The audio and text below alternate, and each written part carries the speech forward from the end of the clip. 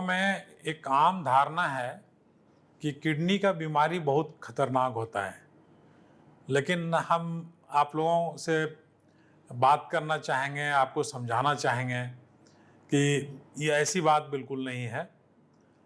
आजकल का जो दौर है वो नॉन कम्युनिकेबल डिजीज़ का दौर है।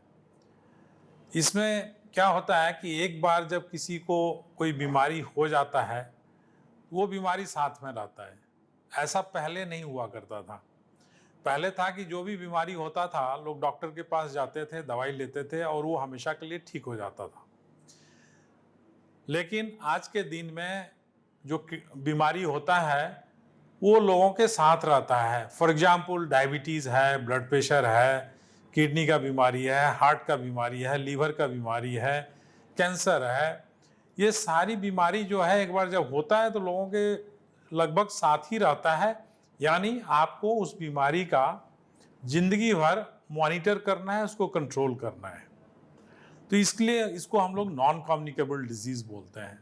जहाँ तक किडनी बीमारी का बात है, किडनी बीमारी मुख्य रूप से 3-4 कारणों से होता है। सबसे प्रमुख कारण जो है वो डायबिटीज़ है, दूसरा ब्लड प्रेशर है, तीसरा जो हम लोग काउंटर पर जाकर बिना डॉक्टरी सलाह के दवाई लेते हैं वो एक प्रमुख कारण है, और चौथा कारण है बार बार यूरिन में इन्फेक्शन होना, या फिर कोई जेनेटिक बीमारी होता है जिसके कारण से किडनी में प्रॉब्लम होता है।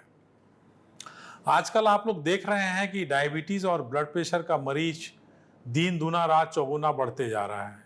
क्या कारण है? कारण सिर्फ और सिर्फ एक है कि हम लोग अपना लाइफ स्टाइल अपने पूर्वजों की तरह नहीं जीते हैं। आज हम लोग ना तो एक्सरसाइज करते हैं, जंक फूड खाते हैं, और किसी भी तरीके का जो हेल्दी लाइफ स्टाइल है वो हम लोग लीड नहीं करते हैं। चाहे वो कोई भी हो, रीजन कोई भी हो। रीजन मुझे समझ में आता है कि हम लोग आज अपने दिनचर्या में इतना बिजी हो गए हैं कि हम लोग कभी भी अपने आप को स्वस्थ रखने के लिए या अपने ऊपर 10 मिनट भी ध्यान देने का समय हमारे पास नहीं है। लेकिन इस पर ध्यान देना पड़ेगा, क्योंकि जिस तरीके से डायबिटीज़ का मरीज और ब्लड प्रेशर का मरीज सोसाइटी में बढ़ते जा रहा है, तो इसका जो कॉम्प्लिकेशन होता है, किडनी का बीमारी या हार्ट का बीमारी, आँख का बीमारी, उसी अनुपात में वो बढ़ता चला जाएगा। और सिर्फ इंडिया गवर्नमेंट का नहीं, ये अमेरिका गवर्नमेंट का भी प्रॉब्लम है कि जो नॉन कम्युनिकेबल डिजीज़ है, जो क्रॉनिक डिजीज़ है, उस डिजीज का खर्च वहन करना सरकार के बूते का भी नहीं है। ये इतना इम्पॉर्टेंट चीज़ है।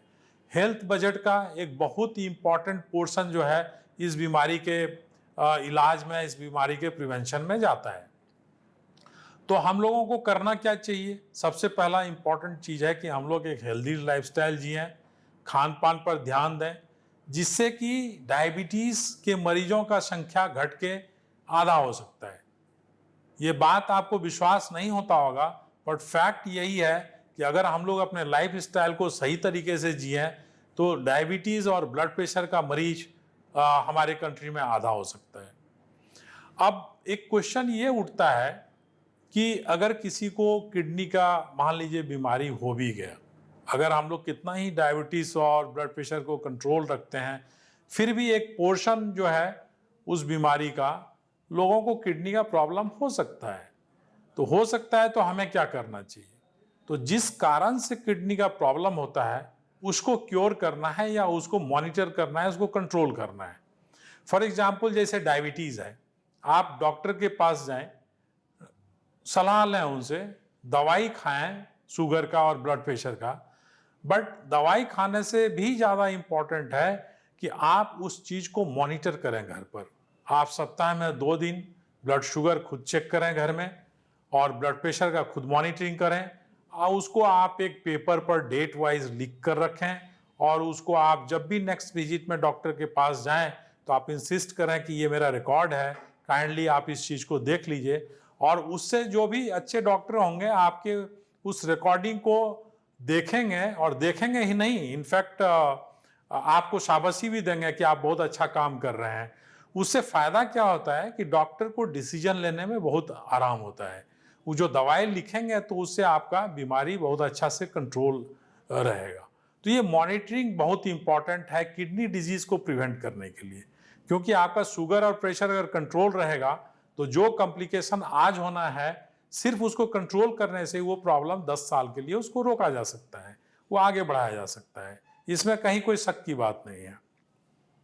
और जब अगर आप मान लीजिए कि ब्लड प्रेशर बहुत अच्छा कंट्रोल है, ब्लड शुगर बहुत अच्छा कंट्रोल है, फिर भी किडनी का बीमारी अगर हो गया है, तो आप किडनी के डॉक्टर के पास जाएं, उसका सलाह लें और किडनी प्रॉब्लम का भी मॉनिटर साथ साथ में करें। और मॉनिटरिंग के लिए कोई बहुत ज़्यादा लंबा चौड़ा खर्च होता नहीं है। 2-3 तरह का टेस्ट है जो आपको रेगुलर कराना रहता है। जैसे एक रूटीन यूरिन होता है, दूसरा 24 घंटे का पेशाब का टेस्ट होता है प्रोटीन के लिए, और यूरिया क्रिएटिनिन का टेस्ट होता है। इतना टेस्ट आपके डॉक्टर रेगुलर आपको बोलेंगे कराने के लिए, और उसके हिसाब से दवाई का डोज एडजस्ट करेंगे। और जो कारण है, जैसे इन्फेक्शन, यूरिन में इन्फेक्शन होता है, या बहुत तरह के खान पान का ख्याल रखना पड़ता है, जिससे कि अगर किडनी का प्रॉब्लम आपको हो भी गया है तो उसको उस स्टेज पर या तो रोका जा सके, या बहुत सालों तक उसको आगे बढ़ने से उसके बढ़ने का गति को धीरे किया जा सकता है। ये बहुत इंपॉर्टेंट चीज़ है। कारण क्या है, ये इस चीज़ पर हम लोग क्यों ध्यान देते हैं? इसको हम लोग प्रिवेंटिव एस्पेक्ट बोलते हैं, कि आपके बीमारी को प्रिवेंट करना है, होने नहीं देना है। तो इसमें ये 2 चीज़ है, ब्लड प्रेशर है, ब्लड शुगर है। तीसरा चीज़ जो इम्पॉर्टेंट है वो ब्लड प्रेशर का ही एक 2 तरह का मेडिसिन है, जिसको आजकल देने से बीमारी बहुत कंट्रोल में रहता है। वो आपके डॉक्टर आपको उस दवाई के बारे में आपको बताएंगे। इसके अलावा जैसे लिपिड कंट्रोल नहीं रहता है, कोलेस्ट्रॉल कंट्रोल नहीं रहता है, तो उसका दवाई दिया जाता है। ये सब दवाई देके इस बीमारी को बढ़ने से रोका जा सकता है। अब सपोज आपने दवाई खाया, 10 साल तक बीमारी रुका, उसके बाद एक समय ऐसा भी आता है जब बीमारी नहीं रुकता है, वो एक इनएविटेबल प्रोसेस में चला जाता है और वो रुकता नहीं है, वो बढ़ते चला जाता है। तो फिर एक समय आता है जब आपको किडनी का डॉक्टर ये बोलेगा कि भाई अब दवाई से आपका काम नहीं चलने वाला है, आपको या तो डायलिसिस या किडनी ट्रांसप्लांट आपको करना पड़ेगा। तो उस समय सबसे इम्पॉर्टेंट चीज़ क्या होता है कि लोग हेजिटेट करते हैं कि नहीं, मुझे ये सब इलाज नहीं कराना है। ठीक है, वो एक सेंटीमेंट की बात है, बट जो प्रॉब्लम आपके सामने है उसको अगर समय से आप इलाज कराते हैं तो उसका रिजल्ट बिल्कुल अलग होता है। और वही चीज़ मान लीजिए आप नहीं नहीं बोलते जाते हैं, और फिर जब आप 1-2 बार सीरियस होते हैं तब आप डायलिसिस या किडनी ट्रांसप्लांट का बात करते हैं, तो उसमें जो क्वालिटी ऑफ लाइफ होता है डायलिसिस के बाद, वो इंटायरली अलग होता है। मेरे कहने का सिर्फ इतना मतलब है कि आप अपने बीमारी का जो भी इलाज है वो आप समय पर कराएं। ऐसे बहुत सारे मरीज हैं जिनको कि डायलिसिस शुरू हो गया, किडनी ट्रांसप्लांट हो गया, बट एक बार भी उसको हॉस्पिटल में एडमिट नहीं होना पड़ा है।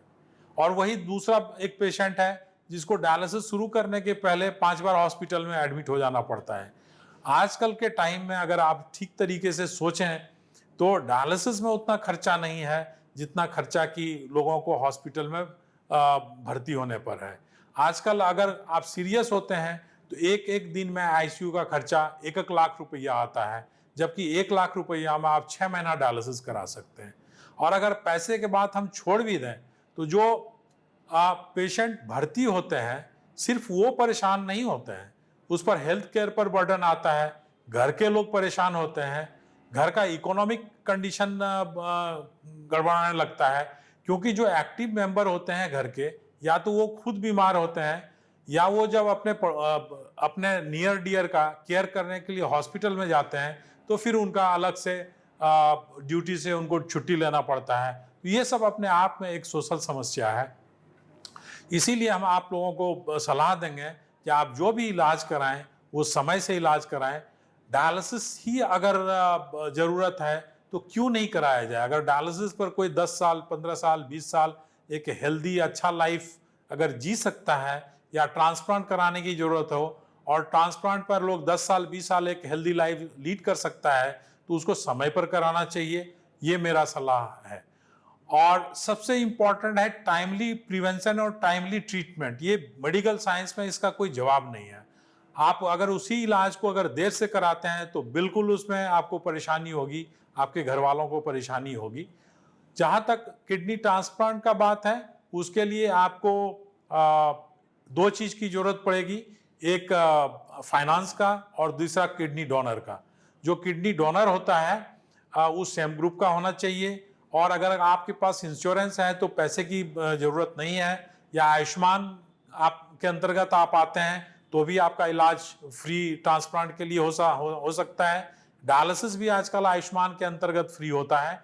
तो ये सारा इलाज फ्री हो सकता है, बशर्ते कि आप मेंटली उसके लिए तैयार रहें।